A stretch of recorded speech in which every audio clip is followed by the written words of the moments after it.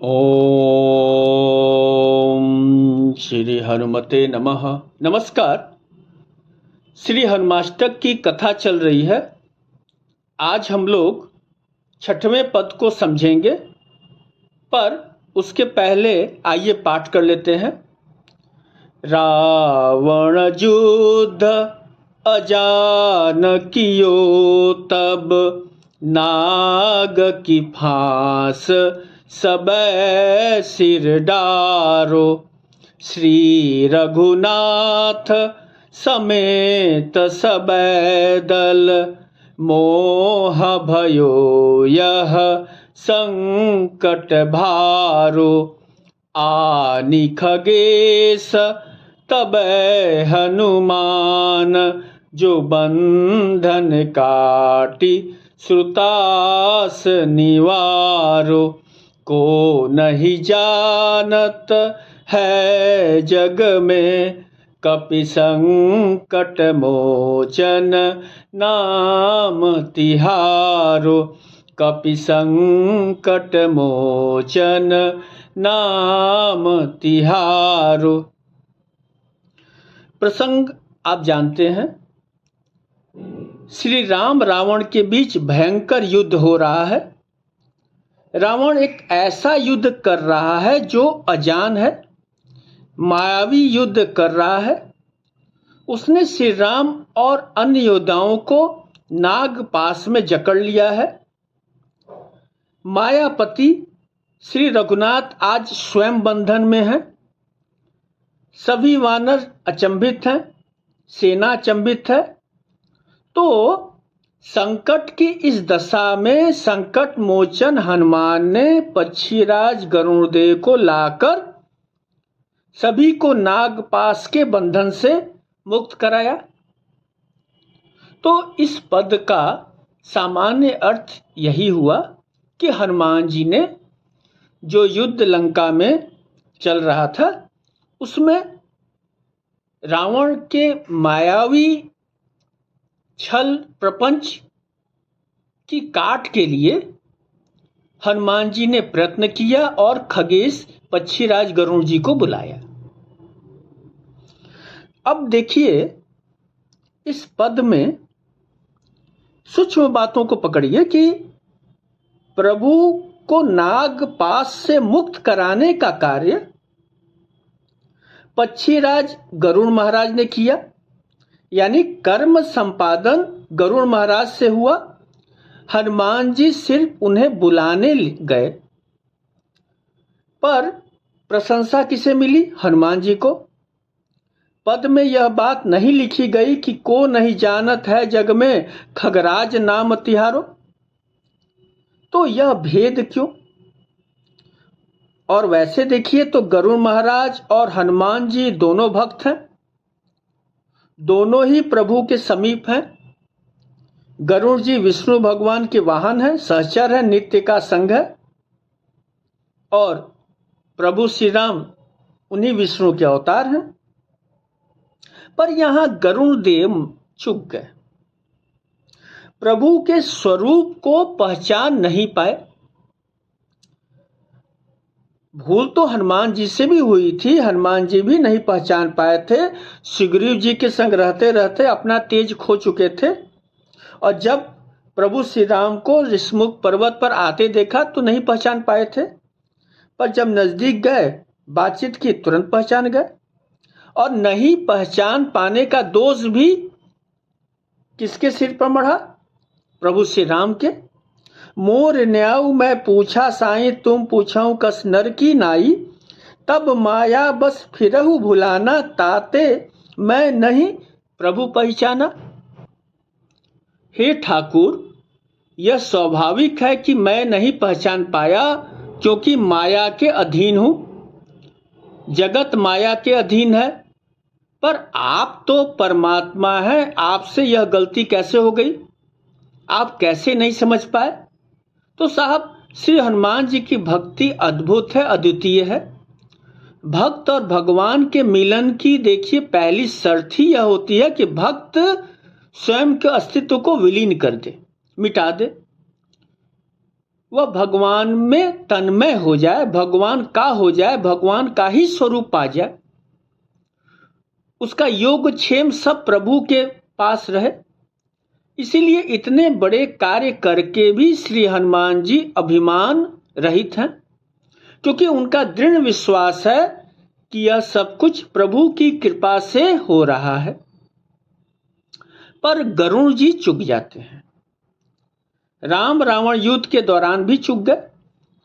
गरुड़ जी ने जब युद्ध भूमि में श्री राम एवं अन्य योद्धाओं को नागपाश से मुक्त किया तो उन्हें शंका हो गई, क्या सचमुच राम जी परब्रह्म है, परमात्मा है? और यदि परमात्मा परब्रह्म है तो बंधन में कैसे बंधे? उन्हें लगा नहीं, यह तो कोई साधारण राजपुरुष है, वह असीम भला तुच्छ सर्पों के बंधन में कैसे आ सकता है? अब ध्यान दीजिएगा कि सगुण साकार परमात्मा की लीला देखकर देवताओं को भी शंका हो जाती है। पक्षीराज गरुड़ जी को लगा कि श्री राम जी परमात्मा नहीं है, और क्यों? क्योंकि अगर परमात्मा होते तो इस साधारण बंधन को स्वयं खोल देते। मेरी आवश्यकता क्यों पड़ी? क्यों हनुमान जी को भेजा गया मुझे लाने के लिए? तो उन्हें एक तरह से अभिमान हो गया, एक तरह से राम पर विजयी होने का दंभ। और श्री रामचरितमानस में आप ध्यान देंगे तो पाएंगे कि दो लोगों, दो भक्तों के को अभिमान हुआ। बालकांड में नारद मोह प्रसंग है। देवर्षि नारद को अभिमान हो गया था कि उन्होंने काम पर विजय प्राप्त कर लिया है। फिर उनका उपचार विश्व मोहिनी प्रसंग के द्वारा हुआ, कथा से आप परिचित हैं। तो बालकांड में नारद जी को मोह हुआ, नारद जी को संदेह हुआ, नारद जी को अभिमान हुआ, और उत्तर कांड आखिरी कांड में गरुड़ जी को अभिमान हुआ। उनके अभिमान की कथा है, उसके निवारण की कथा है, और उसका गरुड़ जी का उपचार कौन करते हैं? महादेव करते हैं। यानी कि काम से राम की यात्रा श्री रामचरितमानस की यात्रा है। तो आइए संक्षेप में गरुड़ कथा थोड़ा समझ लेते हैं। व्यापक ब्रह्म बीरज बागीसा, माया मोह पार परमीसा, सो अवतार सुनेऊ जग माही, देखऊं सो प्रभाव कछु नाही, देखऊं सो प्रभाव कछु नाही। गरुड़ जी सोचते हैं कि परम ब्रह्म परमेश्वर तो व्यापक है, विकार रहित है, माया मोह से परे है, और जैसा मैंने सुना कि राम जी उन्हीं के अवतार हैं, पर आज कुछ ऐसा देखने में नहीं लगा। जिन प्रभु का नाम जपकर मनुष्य संसार के बंधनों से मुक्त हो जाता है, आज उसी राम को एक तुच्छ राक्षस ने नागपाश में बांध लिया। यह मैं क्या देख रहा हूं? तो संदेह से जब गरुड़ जी व्याकुल हो गए तो देव ऋषि नारद के पास गए और अपना संदेह प्रकट किया कि आप लोग कुछ भी बोलिए, राम जी तो साधारण मनुष्य की तरह ही लगे मुझे। नारद जी समझ गए कि रोग क्या है। अभिमान से व्याप्त हो गए हैं गरुड़ जी। तो नारद जी पहले स्वयं पीड़ित थे, तो एक रोगी दूसरे रोगी की मनोदशा समझता है। उन्होंने कहा कि देखिए, मुझे भी यही रोग लगा था। सुनो खग प्रबल राम के माया, सुनो खग बहुत प्रबल है राम की माया। गरुड़ जी, जेहि बहु बार नचावा मोही, जेहि बहु बार नचावा मोही सोई व्यापी विहंग पति तोहि। हे नारद जी ने कहा, गरुड़ जी सुनिए, श्री राम जी की माया बहुत ही बलवान है। इसी माया ने मुझे कई बार नचाया और लगता है कि वही माया अब आपको भी व्याप्त कर गई है। मैं क्या समझाऊं? आप ब्रह्मा जी के पास जाइए, शायद उनके समझाने से यह भवरोग मिट जाए। तो देवऋषि नारद की बात सुनकर गरुड़ जी को लगा कि उनका रोग कोई बड़ा रोग है और नारद जी भी संदेह दूर करने में असमर्थ हैं। तो ब्रह्मा जी के पास क्यों न चला जाए। ब्रह्मा जी के पास जाते हैं और वही प्रश्न कि राम जी को लोग परब्रह्म कहते हैं, परम ब्रह्म का अवतार कहते हैं, पर मुझे तो ऐसी कोई बात नहीं दिखी, साधारण दिखे। ब्रह्मा जी समझ गए कि गरुड़ जी में अभिमान आ गया है और चरम पर है, तो इसका उपचार तो महादेव जी ही कर सकते हैं, विश्व के सर्जक हैं, पर शल्य चिकित्सा तो महादेव जी ही करते हैं। तो उन्होंने कहा, अग जगमय जगमय उपराजा नहीं आचरज मोह खग राजा। तब बोले विधि गिरा सुहाई जान महेश राम प्रभुताई।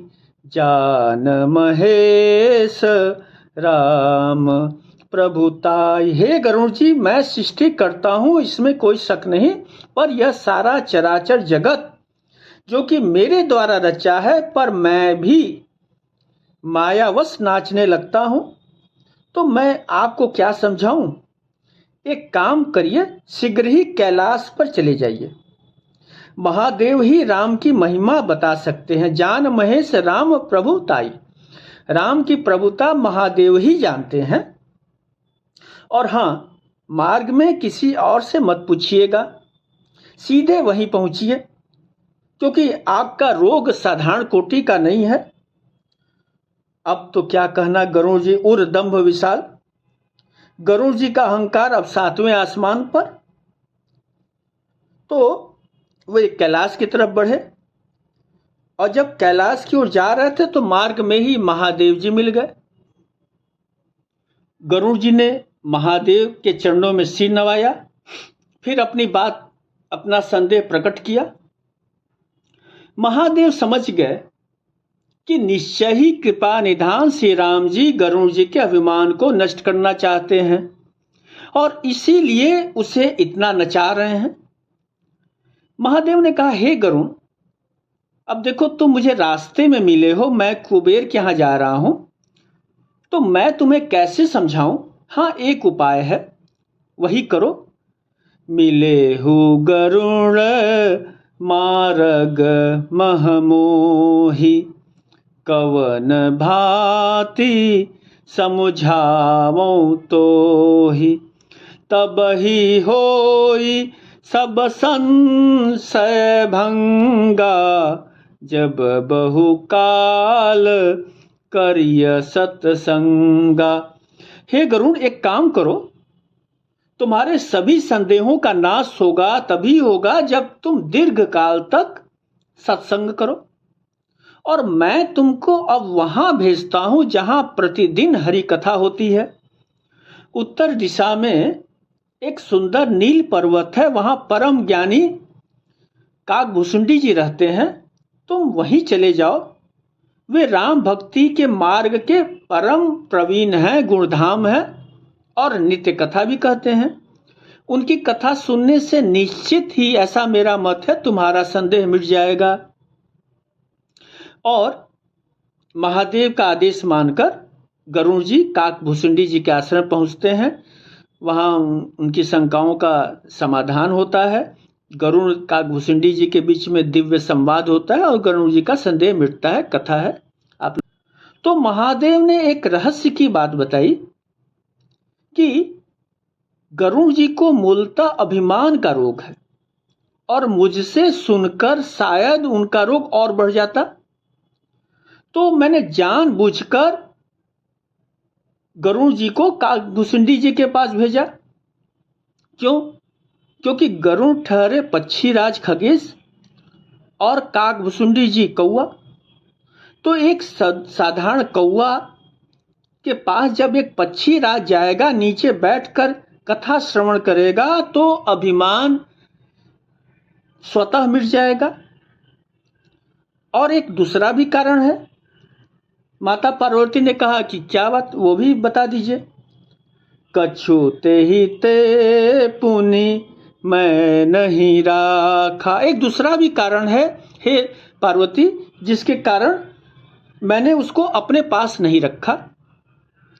कछु ते ही ते पुनि मैं नहीं राखा, समूझई खग ही के भाषा। हे भवानी, पक्षी ही पक्षी की भाषा जानते, खग ही के भाषा। गरुड़ जी त्रिभुवनपति भगवान के वाहन हैं, पर हैं तो पक्षी ही।